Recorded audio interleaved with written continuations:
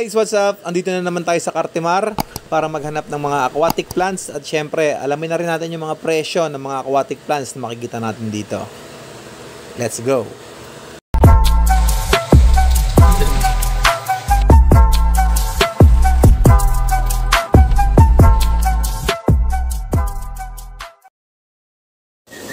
At ayun nga guys, napadpad tayo dito sa stall number 19. Tanungin natin kung magkano presyo ng mga aquatic plants nila dito.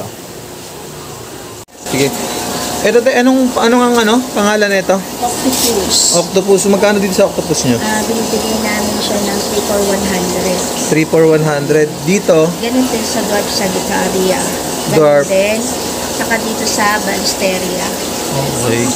Tapos dito? Tapos dito naman yung mga Anubias Petit, binibigay ko 300. Tapos yung Golden, ganun din. Yung Garba, ganun din.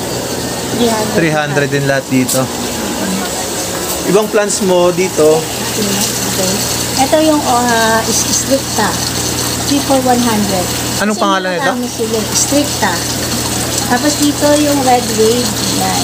3 for 100. 3 for 100. Pineki, 3 for 100. Ito rin, Ballesteria, 3 for 100. Tapos Sunset, Glandulosa, Indian Fern, saka yun din, Red Wave.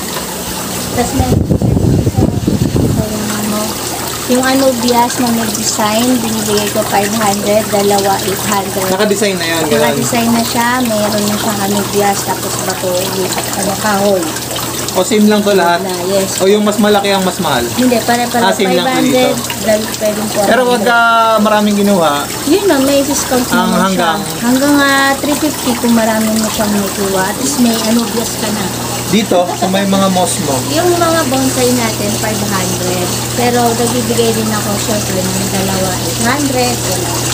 Pagka yung bato mo lang na ganyan, walang walang yung walang moss. dito, binibigay ko lang siya ng mga 300. Depende rin sa ginagawa kong setup. Okay. Ito yung mga carpet mo? Ayan yung mga carpet. Meron tayong fernweed, merong HC, merong hair grass, no? Meron magkano naman dito sa mga carpet? 200 lang. 200 per tub? May discount din siya pag marami. Dito? Yan. Ito naman yung mga common na natin. Common plants. Ito, ang pangalan nito? Ito ay, pangalan nito? Kalimutan ko yung pangalan niya. Pero magkano dito? 20, 3 for 50 pesos. Pero pag marami, may discount pa rin. Dito tapos naman? Tapos ito yung super red. Tapos meron din tayong Ballesteria. Tapos meron din tayong red lip. Ito rin yung kabomba.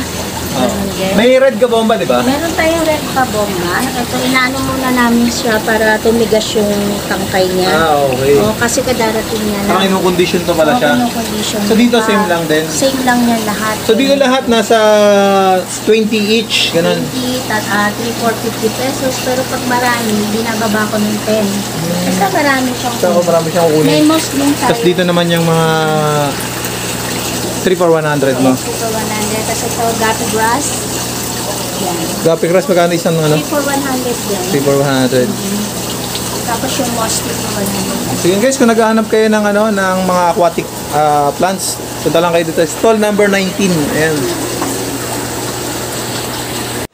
So yun guys, narinig nyo naman yung usapan namin nung nagbabantay dyan sa stall number 19.